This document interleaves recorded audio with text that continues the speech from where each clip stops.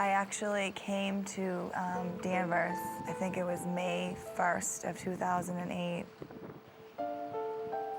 The road through there emotionally, mentally, spiritually, physically, the damage that I've done in my past all came out, and I had a structured facility to be in to deal with it all.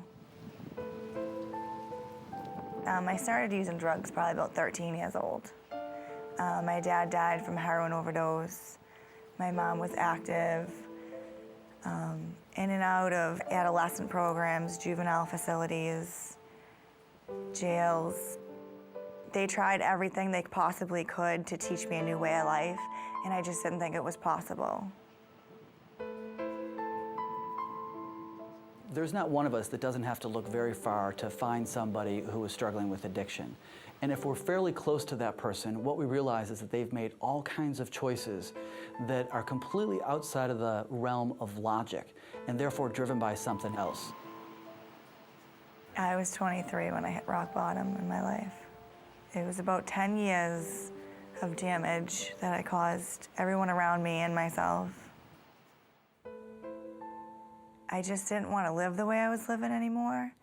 And I was getting older and I wanted a new way of life. And I finally got the help through CAB coming in, and they told me there is a way out.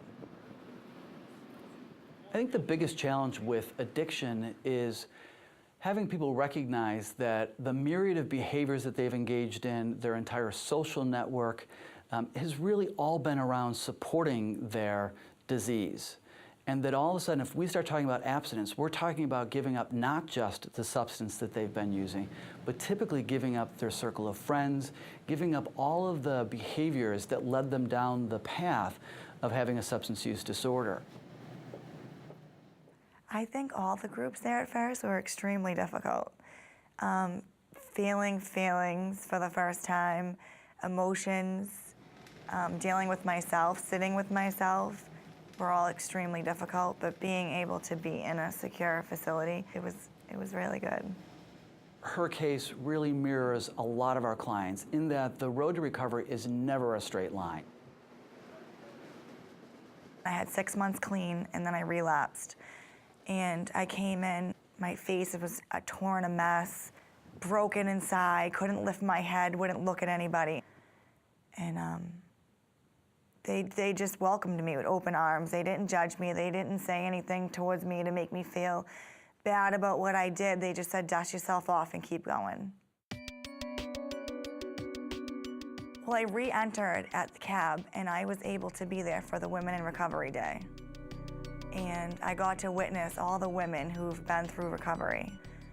I got to see how they were full of smiles and laughter, and it just gave me a lot of hope being able to be there for that day, and it gave me that power saying, like, I'm gonna do this, I'm gonna be where they're at. And 2 years later, I actually just spoke this upcoming May at that Women's Day, which was amazing. That was one of the best feelings, like no drug could ever give you that feeling. I have my own apartment now. It's awesome. And I've been at the same job for 2 years, waitressing at Uno's in Swampscott. It's been really good. She exemplifies what so many of our clients are all about, which is someone who's had a myriad of struggles, has overcome some incredible hurdles, and has really changed the whole path and direction of their life. When I went in there, I was 23, but I was a broken 12-year-old little girl. They sent me to a program which taught me how to make my bed, get up, have responsibilities.